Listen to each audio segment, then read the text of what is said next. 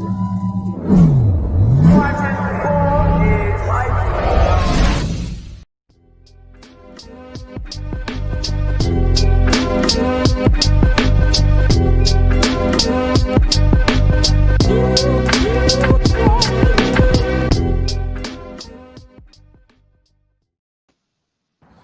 good, y'all? This is Dom. What's up, everybody? This is Isaac. And this is Streetball episode 24. This is our Kobe episode, so we got to make sure that we come out and we do damage, all right? Make sure you guys like and subscribe to the Balls Life Podcast Network channel and turn on your notifications. Ring that bell. All right. We always start off with the NBA headlines. And the hottest topic yesterday was Ja Morant. Ja Morant's accusations. If you guys don't know, a teen this past summer accused Ja beating him up and pointing a gun at him after a pickup basketball game. Isaac, I mean, I have my thoughts on this, but you go first. What do you think? I mean, who knows, man? There's always accusations that come out of nowhere. I couldn't tell you. 17-year-old blaming him for something he might be upset at him. I don't know what's going on, man. Do you think it's true? Is it true? Like, is there proof, evidence? Look, there's also been surfacing rumors or stories of Ja having other situations where he acted out this way. I guess it was either this summer too or last summer. His mother was at, I guess she was at Foot Action or something like that. And she said an employee disrespected her. So she called Ja Morant, and he actually pulled up to the store and threatened the store owner as well, or the store manager or whoever was helping her. So I would say that this might be in the line of his character, but at the same time, you and me both know anybody like this dude has an entourage, right? And that's what I'm like, who's to say that it wasn't one of his entourage that pointed the gun or whatever, and this kid's just trying to get some money. Like, we don't know until all the facts come out, but either way, this is a disappointing story because Ja is one of the rising stars in the league, and honestly, man, hey, we need him in the L, bro. He's putting them on the map even more than they are before. Nah, he's a monster. But I mean, hey, if I got millions of dollars in my pocket, I'm not threatening nobody. I'm doing it easy. I don't need to fight nobody. I got my entourage. I'll pay somebody off. They can squabble for me. No question, bro. But once again, I wouldn't be surprised if this is a case where his best friend or somebody like that really was the one toting, and this kid's just reaching to make a settlement. But at the end of the day, if these accusations are really true, this is really bad for Ja Morant because he should make sure that, you know, you're in the NBA, man. You shouldn't be touching anything like this. You're risking millions and millions of dollars, generational wealth.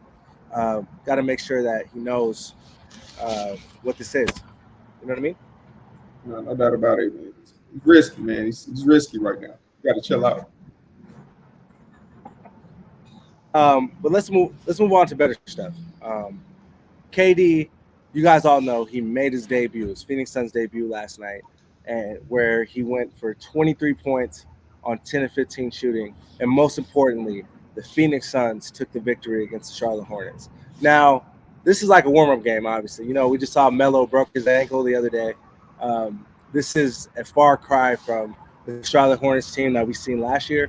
But now that KD's in the lineup, barring injury, do you think this is the best team in the West? Do you think that they're going to win the title and go all the way?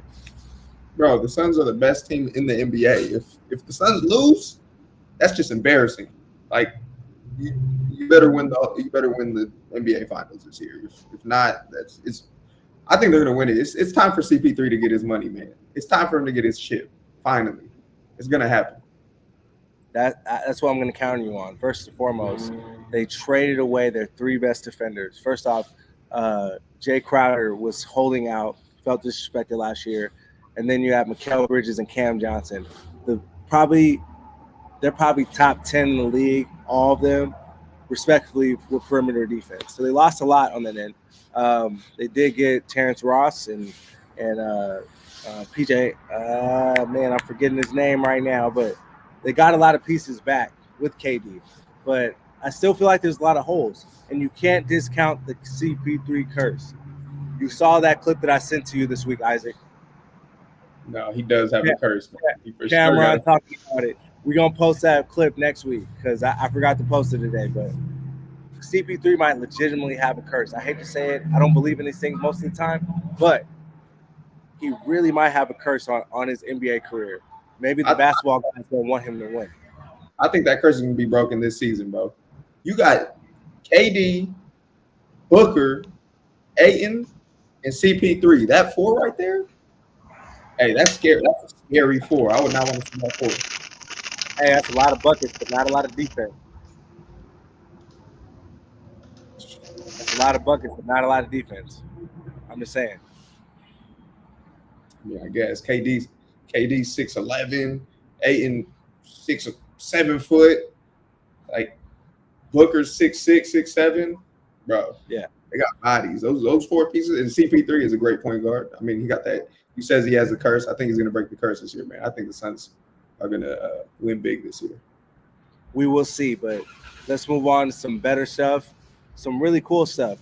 Dame dropped 71. He tied a season high for points scored in the game. Donovan Mitchell, we saw that earlier this year for the Cleveland Cavaliers. And most importantly, in a victorious effort. He went out there and he balled out. It might be the greatest shooting performance of all time. He shot an array of long, faraway shots. Obviously, getting to the basket, this, that, and the other. But also, to share a fun fact about this, he hit a cumulative number of 420 feet worth of shots, meaning that if you add up all the feet away from the basket where he was shooting the shots from, it totals 420 feet. Golly, bro, that's a crazy ass statistic. Where'd you look that up? Golly. Hey, we got the best producer in the world. He put me on that. But with this being said, the Blazers have gone out and had 2 straight losing efforts after this, including a loss to the Pelicans last night. I know that Dame is probably the most loyal player in the NBA. Do you think it's time for Trailblazers to cut their losses and do Dame a favor and trade him to a winning team? Bro, it's that time. I mean, we were just talking about CP3. I'm wondering if Dame got a curse or it's just the squad. He got to go somewhere and ball out, because it ain't over here, bro. Well, the Trailblazers, for me, a basketball head, I fully acknowledge that they actually have a curse in the franchise. Ever since Bill Walton led them to an NBA title 50 years ago, damn near. Yes, Bill Walton. Bill Walton went down with injuries that would highly alter his career after that. And I feel like everybody besides Dame, maybe Clyde Drexler from that point on, that the Portland Trailblazers were planning on making the center of the franchise, have been very injury prone. Most recently, Brandon Roy. So I think it might not be Dame. It might be Portland. So I want to see what he does elsewhere. Man, I wanted to see Dame Lillard with the Lakers, bro. Him and LeBron would have been crazy. We're going to get to that next. But as a Laker fan, God, I have faith enough as a delusional fan, but I can't believe it until I see it. A winning product on the floor. You know what I mean? Yeah, no doubt about that, man. No doubt about that. Hey, all right, let's move on. Yeah. Let's talk about the Lakers, Damo. LeBron, AD, D'Lo, out. He didn't play. What do you think about their performance? Well, let me talk about that. Ever since the All-Star break, I believe we've had 2 or 3 games, and in spite of all the injuries, we've been very competitive. I love the addition of Jared Vanderbilt. I do. I love the addition of, obviously, D'Lo when he comes back. We're going to have, LeBron, AD, D'Lo, some of the best scorers on the perimeter and on the interior. And then I guess, though, the question is this team going to yield enough mustard to make it into the play-in or into the playoff field? That's the question I have for you. Yeah, we talked about this last episode. I believe, bro. I think the Lakers are going to pull it out. You said what? Last week they were 1 game away from being in the playoffs. Bro, it's LeBron James we're talking about. If LeBron James is one game away, they're making the playoffs. LeBron's going to make sure they make the playoffs. As we speak right now, the Lakers are one game out of the last play-in spot behind the Pelicans, which we hold a tiebreaker with since we beat them majority of the times this season. However, to go over and go more over on that, we are only 2.5 games out of the sixth spot, which will squarely put us in the playoffs. So this is crunch time, man. This is crunch time. And we just heard that LeBron's not going to have surgery on his foot. And as long as AD is playing majority of the games and D'Lo comes back, I feel like we really have a legitimate chance to get into that play-in tournament and also that playoff field. Yeah, no doubt about it, man. I think the trade was so perfect for the Lakers. I think they could slip their way in for sure. No doubt about it. And I mean, we're going to deal with these type of issues with LeBron, like we just saw on the screen. He's 39 years old. He's played 20 seasons in the NBA.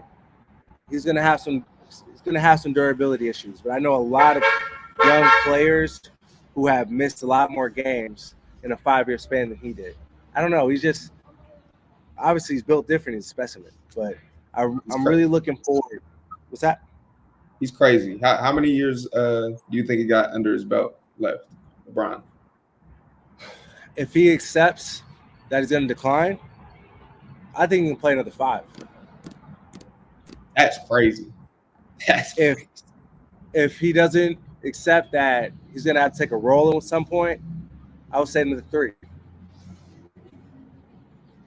That's tough. Taking a role, LeBron James taking a role. Sheesh. Because look, Kobe could have. I mean, barring the Achilles injury, I truly in my heart believe Kobe, rest in peace, could have played another 5 years, being a secondary shooter and catch and shoot guy. Honestly, same thing as Ray Allen. Same thing as those guys who have a wide range of skill set, but can do something really exceptional.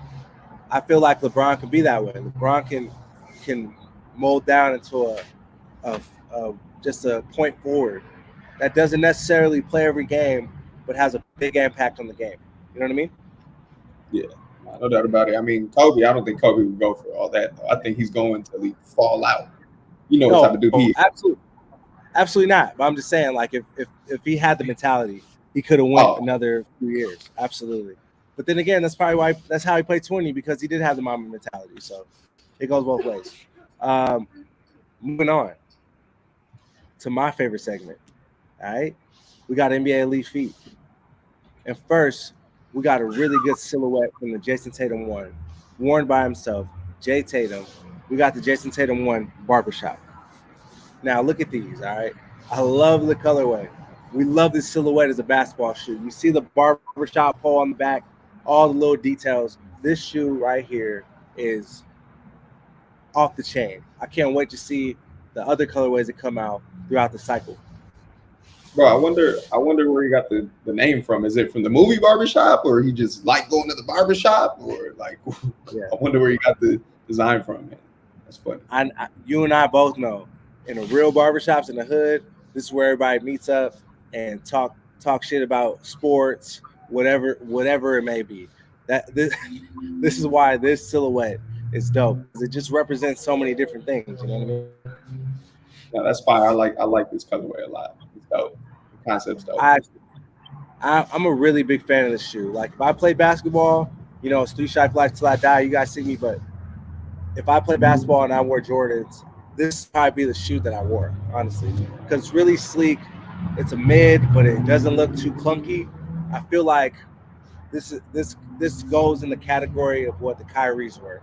Big guys and guards could wear these and feel comfortable. Yeah, no doubt. They look comfy, but I'll never wear no Jordans. No disrespect. No, me neither. But let's move on to the next one. We got Dame. All right, we got Dame rocking some Dame 8s with this floral pattern that he's got. The pink silhouette with the little floral stuff on the back. Dame does it again. I don't know what else to say. This shoe is really nice. It's got a lot of good detail, but in this case, they went all one color across the silhouette with a little bit of floral pattern to accent it. And You can't go wrong with this one, man. I feel like anybody could wear these, including myself.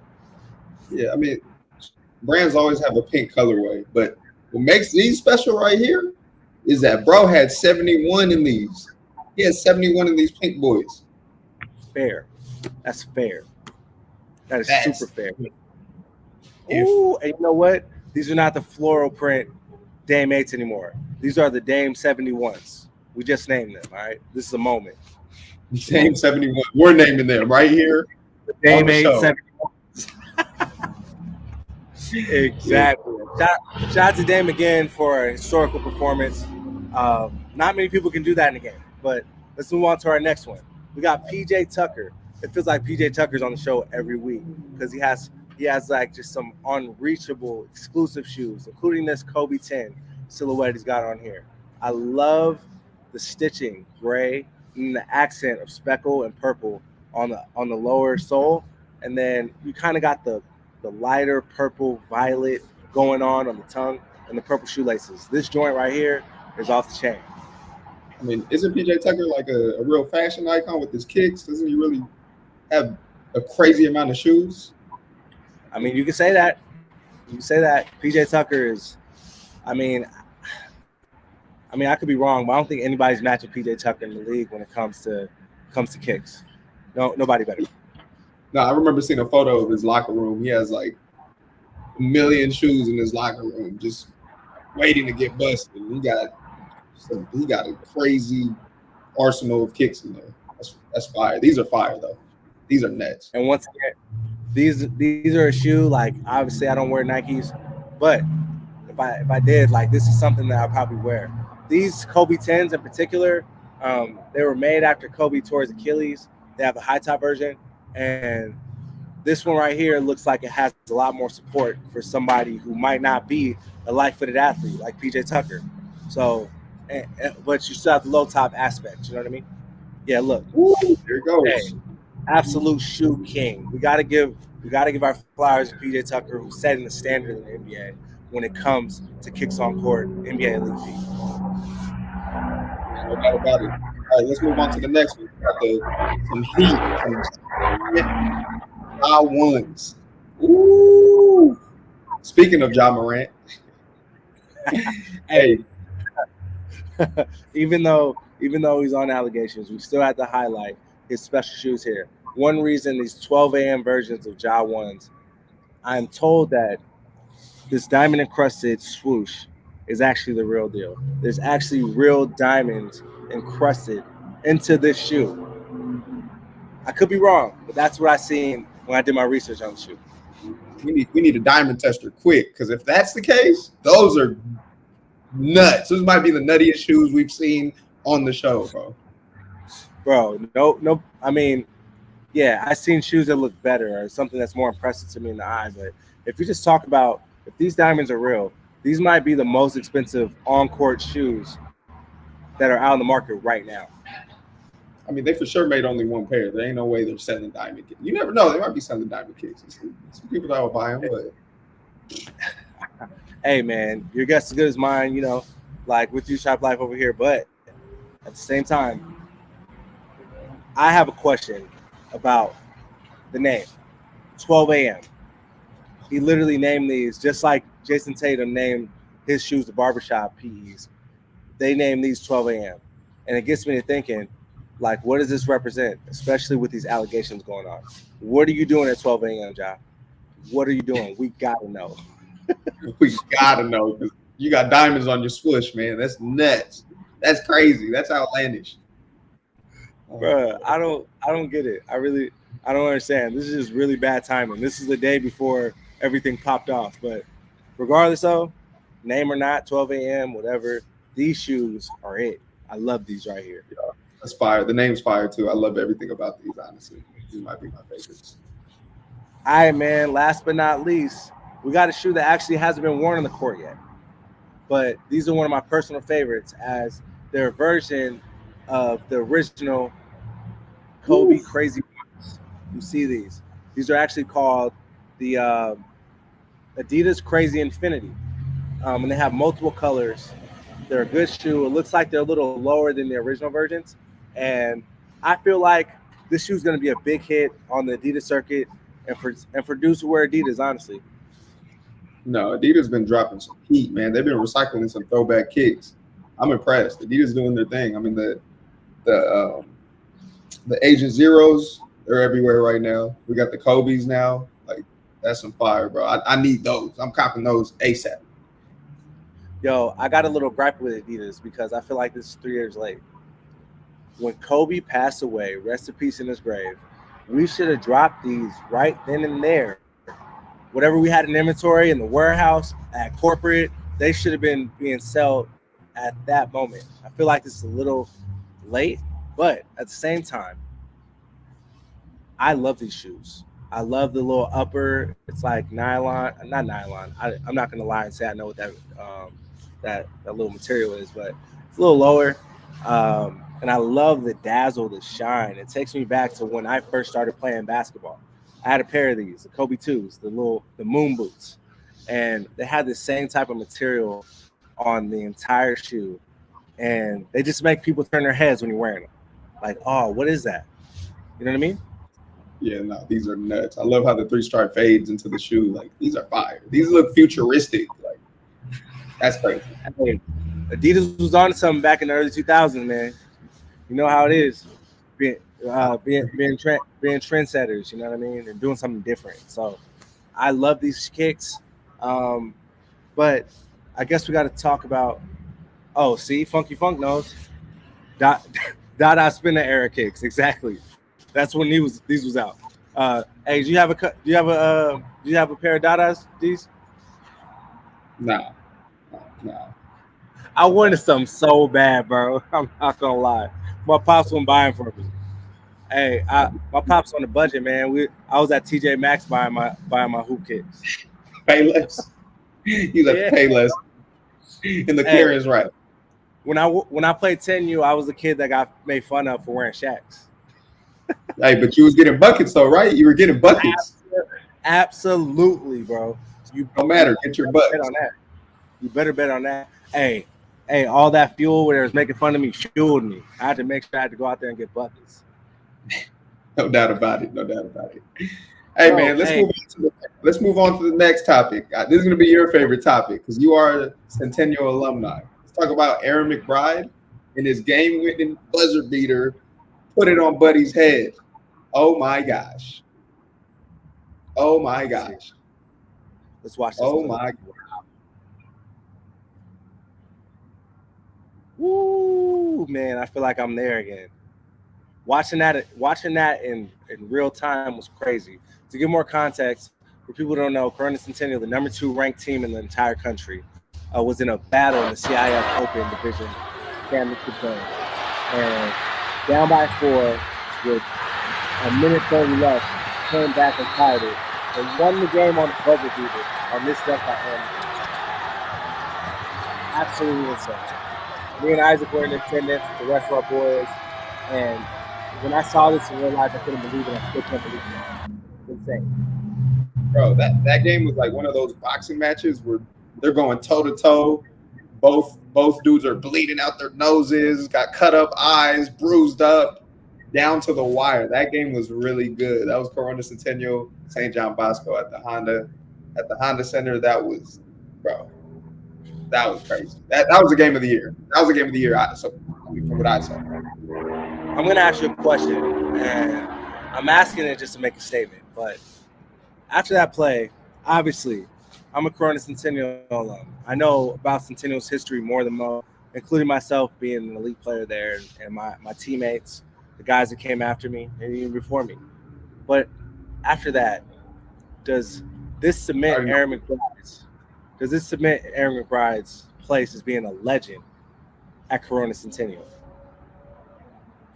I think this team is legendary overall. I think, in my opinion, I think it's the best Centennial team to ever exist. In the Giles, coaching under Coach Giles, because I don't know about before Coach Giles. You know, I ain't been around that long. I hate to say it, but I would argue that last year's team was better. Okay. Let me realize Donnie, Ramsey Huff. Okay, I'll give you that one. I'll give you Like that one. right now, But Aaron, right now, Aaron's right not now doing anything. right now we legitimately go 6, maybe 7 deep. Last year it was 8 to 9. Like there was just no stopping. It's like when the guys came off the bench, you had Eric Freeney coming off the bench, you had Santana, you had Ramsey Hub coming off the bench. It's just like the level was legitimately raised at some points when the bench players came in. I don't see it with this team, but they're still like better than most of the teams, I would say, except for this one. Right. Now, Damo, so what Yeah. do you think about Centennial being a powerhouse and it's a public school? Like, I feel like they match up against all the private schools and the prep schools. Like, there's something unique about them. Like, what is it? Like, you've been there, you've been under Giles. Like, what's so special? Like, what makes it so crazy?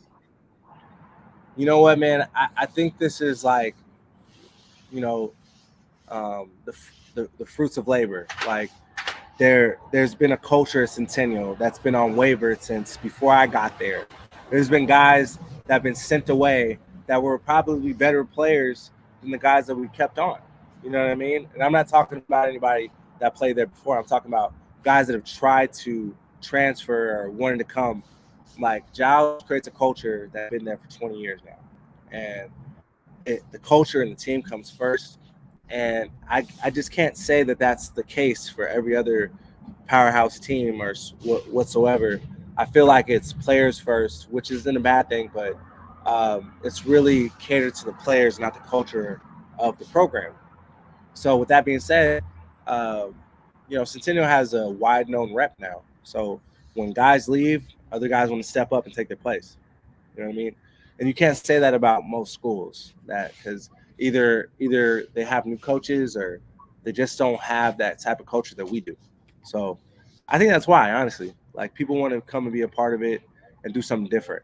It's really impressive that they're doing it at a public school. Corona Centennial basketball and football, boys and girls basketball, are still doing this at a high level in spite of being a public school when all the other private schools are the dominant ones.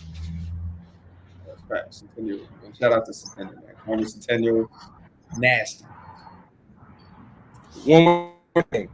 Do you think Centennial is going to do it again and repeat and win the state title this next weekend? I think so. I want to see them and St. John Bosco run that back. Honestly, do you think it's going to happen? Do you think they'll be able to run that back? Well, we're going to find out on Saturday because Current Centennial, in my opinion, is definitely going to advance. They play St. Augustine from San Diego. Saints a really good program, but I don't think they can match up. And then Bosco has an awaited rematch with Harvard Westlake first on Saturday at Bosco, which I will be attending. I gotta watch that. It's a must see. Oh yeah, that's going to be crazy. I'm hyped. I'm hyped. But we'll see. We will see. I hope we get that rematch because that was classic. But let's move on to the next thing in high school. This is our guy, known him since he was a baby. Uh, to see this happen, we just got to go back and reflect. Mikey Williams finishes his high school career earlier this week. An L to Etowanda, Clamp City, but really showed his basketball acumen in his bag this year. What do you think about this, Isaac? Man, shout out to Mikey. I think he had a great high school career. In between the pandemic hit, a lot of things went differently. He moved to the East Coast, but overall, like shout out to Mikey, bro. He came back to Dago, put on for the city, put San Ysidro on the map, did what he did. He got players over there. He's playing alongside dogs. Yeah. Shout out to Mikey, bro. He did his thing. I'm excited for him. I want to see what he does at Memphis. Shout out to Mikey. Man, seeing this. Oh no. You hear me? Yeah, yeah, I hear you. My fault. So to watch this and see where Mikey has come from, met him. Like I've seen Mikey since he was little, but I really started to know him when he was in 8th grade. And to see him get to this point where he is at now, going to Memphis, signing, he's on the NBA draft board for next year. Um, I think it's really impressive. He's withstood all the adversity, in spite of not seeing not having the run the mill child experience. He can't be a kid. He's going. He's be more grown than anybody his age at an early age. And in spite of that, he still continues to work on his game and get better. And he's put himself in position to possibly get into the NBA. So I'm really excited to see what he does in the next year or so to put himself in that position. Man, shout out to You know Michael, what I mean? man. Yeah. Yep. Before we start King of the Court, the main event, make sure you guys like and subscribe to the Balls Life Podcast Network channel. Turn on your notifications, ring that bell, all right? We had a big man matchup this week at King of the Court, and we thought we were going to see a lot of bumping and grinding, this, that, and the other, but we actually saw probably one of the most skilled King of the Courts we've seen this entire year. Let's roll the clip. We have Marcus, Big E, and Pantos. And Marcus and Big E, they came out and they squared off first. And Marcus showed his bag that I've never seen in my life. I've never seen him shoot a jumper. I've never seen him shoot a sidestep or do a Euro step in that fashion. And he just came out and showed us that he's been working on his game. Hey, now you called it last week. You knew Marcus was going to turn up. You called it. He did what he was supposed to, and he didn't end up getting in a fight.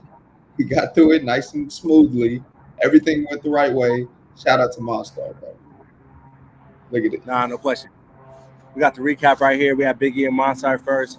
Big E came out, like we said, he was showing his bag, getting into it. But also, we weren't surprised by we were really surprised by Monstar showing. We weren't really surprised by Big E being more of a skilled big man, seeing him do what he does on the East Coast squad. But honestly, Marcus did it better, and I feel like he outlasted him in this case because he was in better shape. Hey, Biggie is a big body, and Monstar hit him with that spin move, dropped his ass. I was like, whoa, that was crazy, bro. That was crazy. Nah. But in this matchup, you saw like they started off strong. They got a little big man energy. You saw that right there. He made him drop. But you saw the big man energy, and at the end of the day, Monstar is in a little better shape, maybe a lot, than Big E. Then he outlasted him, plain and simple. Yeah, no, I could see Marcus getting this one either way because Big E don't look like he in shape, man. He's not moving like that either. I bet he was tired, man, because this King of the Court is no joke. This takes a lot of energy. All right, game 2, we have Big E and Pantos. And Pantos came out here and he put on a footwork clinic. I'm talking about James Harden step backs, getting to the rim, and even if he was stopped, he pivoted until he got an open pocket to shoot the basketball. And quite honestly, Big E was just a little too tired from game 1 to really last in this one, and Pantos got the victory. Yeah, now Pantos, I think Pantos out of these three, I think he got the most skill. You see Big E took off his shirt. He got the tank top on now. I know he was tired. He took off that shirt to get some breaths.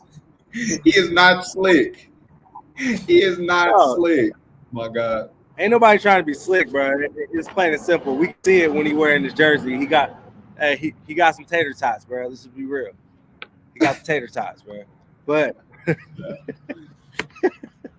hey, but it's all good because that don't matter. Clear to me right here that Big E had a real hard time with Pantos as he's a little more east and west than Monstar was, and he got Big E shifted.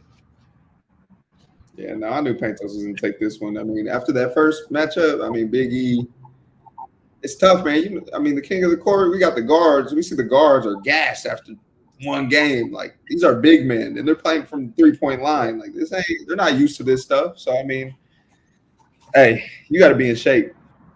Look at Pantos. Gave him an L. Oh! Last game, Monstar versus Pantos. And honestly, this was not really a contest, and I was pretty surprised by it. I thought the little contrast in styles, Pantos has an Andrej Stojakovic type of game, and Monstar is more raw on the perimeter. But I really saw Monstar's ability to defend the perimeter in this case, and it was really impressive to me. And obviously, you see he was all in his bag, bro, hitting threes, side steps, turnaround jumpers, all that. Something like I said before, haven't seen this from Monstar. I was really impressed. I mean, you know what happened, Damo? He saw that $2,500 check on the wall, chilling, waiting for him. Bro, took the package came out. He was hitting step back threes, middies, getting to the cup. Hey, when he saw that money, when he saw that cash prize, he was like, you know what? Let me lock in. Let me activate. It's time. That's funny. Yeah, he did. Bruh, bruh, I'm so happy for this man because as we see him running off with the $2,500 check in the highlights, there's plenty of chances for him to go full monster and actually try to fight somebody, and he didn't. And that's what I'm really impressed about his performance right now. He kept his cool. He just stayed in the game and he won. And he even dapped up Pantos at the end of the game, which is the most impressive thing I've ever seen from him. Unusual. Hey, he got the most. This is the most energy I've seen from a player winning King of the Court, bro. Shout out to Monstar. He did that. We knew he was gonna do it, and he lived up to it. Hey, listen here, man. I gotta come on here and I gotta advocate for the big dudes. There's a lot of guys like this out that play hoops, play street ball, that deserve a chance at this. I really think that we should have more matchups like this. We have a lot of matchups with the little guards. We need to have more matchups for the big men to go at it. I agree. I agree. Hey, we need to get Isaiah Austin. Hey, imagine Isaiah Austin out there. Oh my gosh! That's what I'm Imagine Zeke out saying. That's what I'm saying, bro. We got Zeke. Uh, we probably could have got Greg Health out there. That probably would have been a better matchup for him than the last matchup with Ty Glover and Bionic. Uh, and honestly, obviously the guys that are out there for this game, there's a lot of big guys out there that just got, they got a bag. They got a bag of tricks, and they could do some damage in a 1v1. no doubt about it. I mean, we just saw it. I was impressed. I didn't expect all that. Them dudes came out of their Duffy. They brought some stuff out their Duffy and went crazy. So shout out to that. I'm gonna shout out all the big guys that probably don't get a chance to do these things in the confines of the game because they got too many little people on their team. Because Monstar just showed us that that big men have more skill than we might think. So shout out to Monstar, shout out to Big E, shout out to Pantos, shout out to King of the Court, man. It's my favorite. It's like my favorite thing every week. I can't wait to watch it on Caffeine. But we got the next matchup for y'all, which is an exciting one. All right. Next Wednesday, March 8th, 6 p.m. PST on the Caffeine app, like usual. We got D Bones versus Ty Glover versus Moon. Now, this is a rematch right here. Now, you guys remember the last time they went at it, and it was a battle. And I wouldn't expect anything less. I probably expect more of a battle. They probably been in the gym hitting the weights, doing everything they got to do to get ready for this matchup to win that $2,500 check. Hey, I remember this matchup. This matchup was crazy. This was a dope matchup. I honestly would say I would say Ty is going to take this one, but he's been on his ankle been messed up lately. He's been rehabbing. I don't know, man. I don't know who to take on this one. This one anybody could take this one in my opinion. What do you think, Damo? I don't know if you remember, but in the original matchup, we went. I believe it was our first ever King of the Court matchup, like where they went to the end, they were tied and had to play a King of the Court at the end. And D Bones pulled this one out, and I'm sure Ty's really hungry after his L that he took versus Body Bag last time. He actually couldn't finish because he sprained his ankle. Ty, tape your ankles, please. So I really think him and Moon are going to come back and try to get this one back. Man, I'm going with Moon. Moon has a bag. Moon. I'm going Moon. I'm going with Moon. I'll go with Moon. Bro, I'm in San Bernardino. I'm in the city right now. I don't know what it is, but my energy's coming over me, and I can't go against Ty Glover. All right, versatile defender. All right, he's got a jumper. He can get to the basket. He had the first King of the Court dunk in history of King of the Court, and he's hungry, bro. He's taking 2 L's in a row. I think he's gonna come back for vengeance. But you can't ever count out D Bones. He's just a dog. He's an absolute dog. Hey man, what are you doing in Dino, man? What you doing over there in Ty's parts? To be honest, I just dropped off my whip. Somebody hit me the other day. Oh, you're getting So it fixed? Damn, I was here way longer than I expected. So, hey, man, like they say, bro, the show must go on. So we here. The show All must go on. That's right. right? Exactly, bro. But let's move on to another topic. Our last topic before our street ball clips of the week. The Balls Life All American game is back, guys. May 6th in SoCal. We're bringing it back. We're going to have some of the best high school players from all around the country. And like usual, we're going to have some of the best diamond in the roughs as well. Let's get discovered here at the Balls Life All American game. So I'm really excited for this one. I can't wait to pull up on this one. You know how excited I am for this one, Damo? And it's confirmed. Ooh, it's in A-Right City, boy. A-Right City. I cannot wait, bro. It's officially as Cerritos College, so I can't wait. We're going to be in there. We're going to be in the building, wearing our best. Can't wait. Before we move on to Street Ball Clip of the Week, make sure you guys like and subscribe to the Balls Life Podcast Network channel. Turn on those notifications and ring that bell. All right, Isaac, I think I should go first, to be honest. But if you want to go first, all up to you, brother. No, you got it. We'll save the best for last. All right, my Street Ball Clip of the Week consists of Hoodie Kell throwing an insane pass to Ty Glover, where we almost got the nastiest lob probably in the history of basketball, but he just missed. In spite of that, it's still an impressive clip. I don't know how he did that. Like, does he have eyes in the back of his head or what? I don't know how he did that. And Ty totally stole this one. He should have done it. I've never seen a bounce pass like that for a lob ever in my I don't think I ever will see that. If Ty would have got that off, it would have been the craziest pass ever. Because I don't know if dude really meant to do that. He probably just was like, man, whatever, I'm gonna just do it. Hopefully he gets there. I don't know if does he got it like that? You gotta have superpowers to do stuff like that, Damo. That's crazy. You know, Hoodie Kell, we seen him in King of the Court twice, and he got game, man. Obviously, we couldn't see him pass, but you saw his little skill level. He might be the most skilled guy we've had in King of the Court yet. So I'm not surprised that he's able to do something like that. But it's still an insane play. So shout out to him. Shout out to Ty. Ty, next time I need you to finish that, bro. Come on, gotta do better. He's done finished so many crazy dunks, and he couldn't finish that one. He blew the bag on that one. It's all good, man. It's all good. Blew the bag. All right, your turn. Yep, let's move on to my clip. My clip went viral. We got Ashley with the walk-off. Oh, my gosh. Ugh. She's committed to Princeton, Division I player. Hey, she has her playoff game today, actually. Good luck to her. I guarantee you she's going to be doing the same thing. I heard she's been cooking all year and doing this type of stuff all year. So, yeah, shout out to her. Dog, I'm amazed by this. She shot the shot, turned around, didn't look back. She knew it was going in. That is absolutely insane amount of confidence. I respect it to the fullest. And shout out to her. We put her on the chat, and the views went up to almost 300,000 on TikTok. So everybody got to see her and her talent. Hopefully you get to look and do your research about this girl. She's going to Princeton, like Isaac said. She's trying to lead her team to the state title, and she just got crazy amounts of game. So make sure you look up Ashley Chi and see what she's got going on, because she's a blue chipper, bro. Absolute blue chipper. No, for real. Bro, she's 5'8". She's like that. Like, I've never heard of her until I saw this clip. I was like, who is that?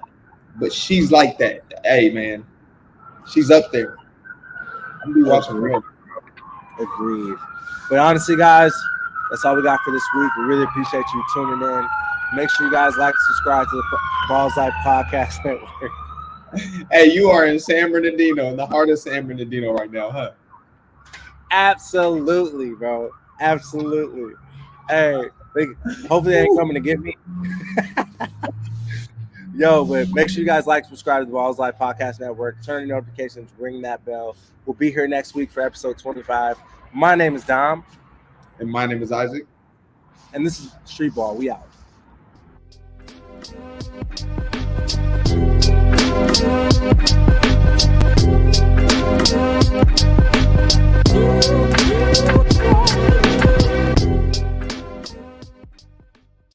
What's the deal, y'all? This is Dom. You're tuning in to the Street Ball Show with Dom and Isaac. If you really like that clip, make sure you click up here to watch more of our episodes.